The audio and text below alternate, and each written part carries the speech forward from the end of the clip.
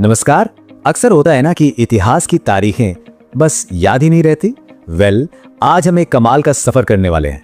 हम महात्मा गांधी की जिंदगी की सबसे जरूरी तारीखों को ऐसी कहानियों में बदल देंगे जो फिर कभी दिमाग से निकलेंगी ही नहीं। हाँ, ज्यादातर लोगों के साथ यही होता है। मतलब इतिहास की तारीखें ये सिर्फ नंबर्स की एक बोरिंग सी लिस्ट लगती हैं। याद करना मुश्किल, भूलना उतना ही आसान, है ना। मतलब पूरी कहानी तो समझ आ जाती है, पर जब बात डेट्स की आती है बस वही मामला गड़बड़ हो जाता है, खासकर एग्जाम के टाइम। लेकिन सोचिए, क्या हो अगर हम इन बोरिंग तारीखों को मजेदार कहानियों में बदल दें। आज हम एक ऐसी ही अनोखी मेमोरी ट्रिक, एक मेमोरी कोड का इस्तेमाल करेंगे और इसके बाद गांधी जी से जुड़ी सारी जरूरी तारीखें यकीन मानिए हमेशा के लिए याद हो जाएंगी। तो चलिए शुरू करते हैं। हमारी कहानी का पहला पड़ाव है गांधी जी की शुरुआती यात्रा, उनके दक्षिण अफ्रीका के दिनों से लेकर भारत लौटने तक का सफर। हमारी लिस्ट की पहली तारीख है 1893। ये वो साल है जब गांधी जी दक्षिण अफ्रीका गए थे। अब इसे याद कैसे रखें? बहुत सिंपल है। बस इतना सोचिए कि उन्हें अफ्रीका जाने के लिए समंदर तैरकर पार करना पड़ा। तैरकर सुनने में कैसा लगता है? 93 है ना। बस यही से हमें साल मिल गया 1893। और हाँ, एक बात और, ये अकेली तारीख है जो 1800s की है, बाकी सब 1900s की है। अफ्रीका पहुंचकर उन्होंने अपना पहला सत्याग्रह किया और वो कैसा रहा? अरे वो बहुत अच्छे से कामयाब हुआ और इसी कामयाबी ने उन्हें दुनिया में एक पहचान दी। अब इस अच्छे से पर ध्यान दीजिए, इसमें 6 की आवाज आ रही है। अच्छे 6। तो साल क्या हुआ? 1906। बिल्कुल सिंपल। अच्छा, जाने में तो उन्हें तैरकर जाना पड़ा, पर उनकी वापसी वो तो एकदम तूफानी थी। जरा सोचिए, गांधी जी ने अफ्रीका से भारत का इतना लंबा सफर सिर्फ 15 दिनों में तय कर लिया। अंग्रेज उनकी स्पीड से इतने इंप्रेस हुए कि उन्होंने आते ही गांधी जी को कैसर-ए-हिंद का अवार्ड दे दिया। तो 15 दिन का सफर और साल भी 1915, दोनों चीजें एक साथ याद हो। अब 1915 में भारत वापस आकर गांधी जी रुके नहीं, उन्होंने फौरन काम शुरू कर दिया और ठीक अगले ही साल मतलब 1916 में उन्होंने साबरमती आश्रम की स्थापना की। ये तो आसान है क्योंकि ये 1915 के एकदम बाद आता है। अब कहानी आगे बढ़ती है। हम उस दौर में पहुंच रहे हैं जहां गांधी जी भारत में एक बड़े राष्ट्रीय नेता बनकर उभरे और एक के बाद एक कई बड़े आंदोलनों को लीड किया। और यहां आता है चंपारण सत्याग्रह, भारत की धरती पर गांधी जी का पहला बड़ा आंदोलन। इसको याद रखने का कोड खुद सत्याग्रह शब्द में ही छिपा है। ये शब्द शुरू होता है सत्य से, और सत्य सुनने में कैसा लगता है? बिल्कुल 17 जैसा। सत्य 17। तो चंपारण सत्याग्रह कब हुआ? 1917 में। इसके बाद अगला आंदोलन था अहमदाबाद के मिल मजदूरों के लिए। अब एक सिंपल सा सवाल है, कानून के हिसाब से काम करने की यानी मजदूरी करने की मिनिमम उम्र क्या होती है? सही सोचा, 18 साल।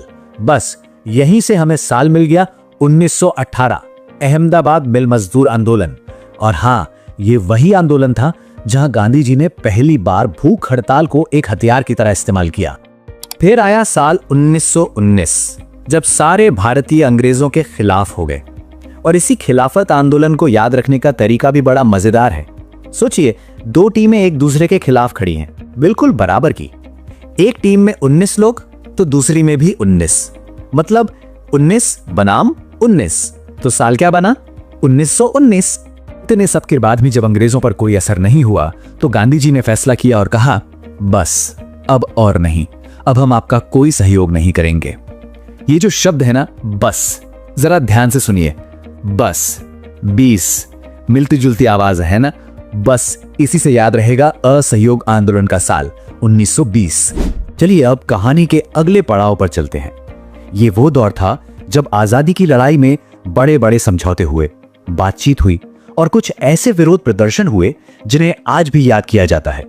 जब गांधी जी ने कांग्रेस की कमान संभाली, प्रेसिडेंट बने, तो उन्होंने लड़ाई को एक नया जोश दिया।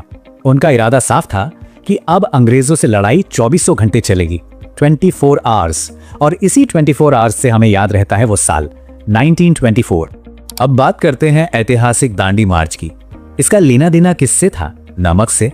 तो चलिए याद रखने के लिए मान लेते हैं कि उस जमाने में 1 किलो नमक की कीमत थी 30 रुपए।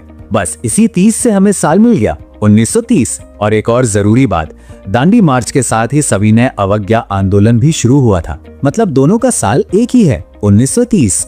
इसके ठीक बाद 1931 में बातचीत की दो बड़ी घटनाएं हुई। पहला गांधी इरविन पैक्ट और दूसरा सेकंड राउंड टेबल कॉन्फ्रेंस। इन दोनों ही कोशिशों का मकसद क्या था? कोई हल निकालना, मतलब एकता बनाना। और एकता से क्या याद आता है? 31, एकता 31। तो ये दोनों इवेंट्स हुए 1931 में। अब आता है पूना पैक्ट, जो गांधी जी और डॉक्टर अंबेडकर के बीच हुआ था। ये एक बहुत ही जरूरी समझौता था। जब दोनों के बीच बात बन गई तो जाहिर है सब खुश हुए और मुस्कुराए। और जब कोई खिलखिलाकर हंसता है तो क्या नजर आती है? उसकी बत्तीसी, यानी पूरे 32 दांत। बस इसी 32 से हमें याद रहेगा साल 1932। और इसी साल हरिजन संघ की भी स्थापना हुई थी। तो दोनों का साल 1932। और फिर आया आजादी की लड़ाई का वो सबसे बड़ा मोड़, भारत छोड़ो आंदोलन। गांधी जी ने एक बहुत ही पावरफुल बयान जारी किया, करो या मरो। उन्होंने साफ कह दिया कि अब अंग्रेजों को भारत छोड़ना ही होगा। तो ये जो उनका बयान था वो सुनने में कैसा लगता है? 42 जैसा। बयान 42। तो भारत छोड़ो आंदोलन का साल है 1942।